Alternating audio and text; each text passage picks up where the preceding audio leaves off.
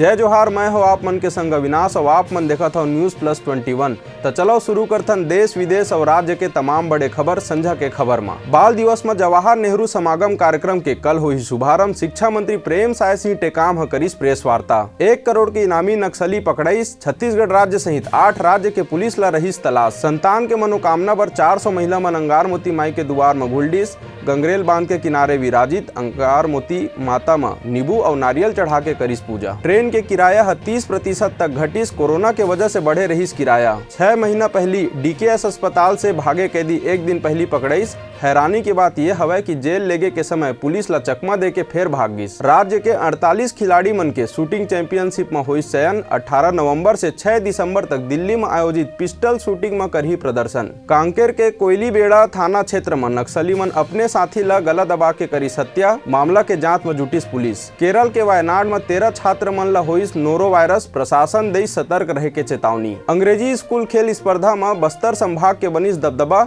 आज हुई समापन। 20 साल में पहली बार MBA कोर्स में महिला मन के संख्या में 39% के हुई वृद्धि। ऐसने तमाम बड़े जानकारी पर हमारे चैनल ला लाइक करो, सब्सक्राइब करो और नोटिफिकेशन पर बेल आइकन ला जरूर दबाओ। News+21 आप मन के हक के बाद।